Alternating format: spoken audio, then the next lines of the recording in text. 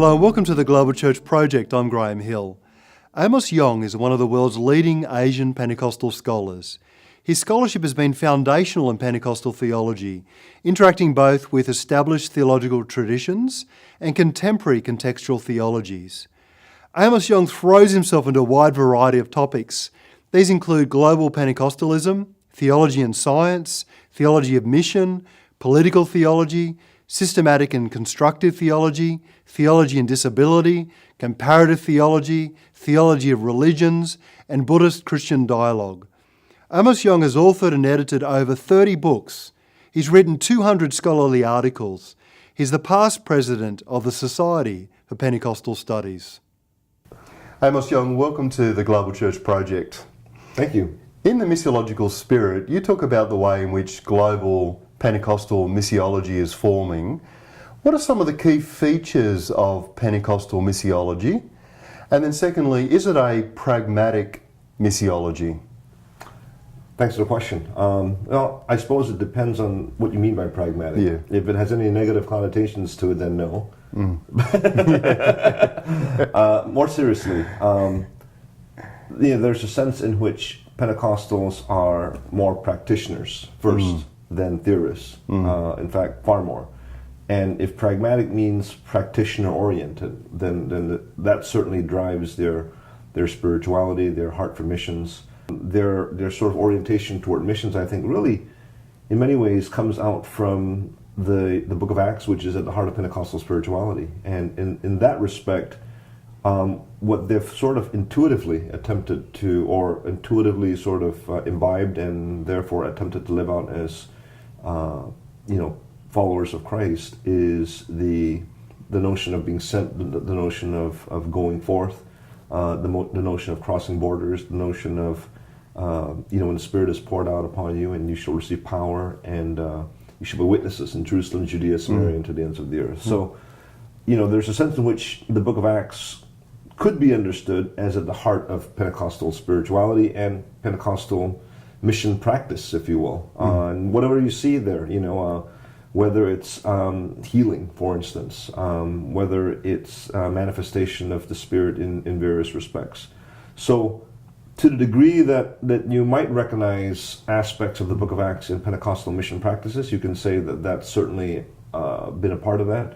To the degree that you can see all kinds of other things in Pentecostal mission practice, which may not be that commendable, well, we're just as much a part of our space and time history as anyone else. Now, you talk about missiology as relational, shalomic, and transformational. What do those three terms mean? Yeah.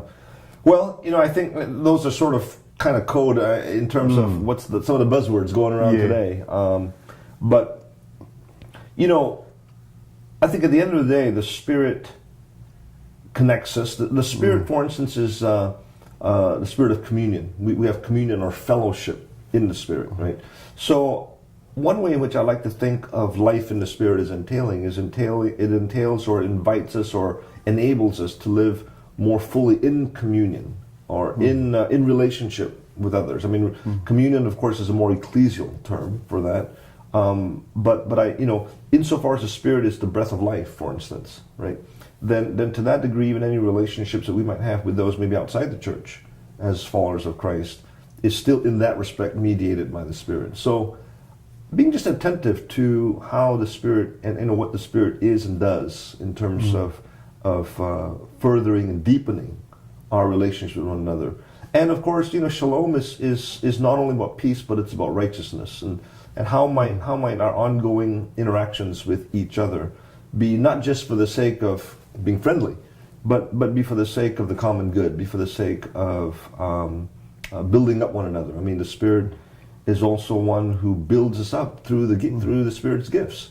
So how might our, if you will, interactions with people outside the church, as they're Spirit-led and hopefully Spirit-empowered, bring about that common good, that edification, which is at the heart of what shalom is all about. And I think, again, these are transformational processes, and I really want to also emphasize, because I think all too often we as Christian missionaries, if you will, when we think about transformation, we're thinking about what we do to enable or bring about the transformation of others. And that happens certainly. That happens certainly because the Spirit is what the Spirit is, and because the Spirit does what the Spirit does. But I also think that we need to be more attentive to how, in the process of our bearing witness, the Spirit also achieves a transformation in our lives. So the transformation is mutual, or it goes in multiple directions, you know.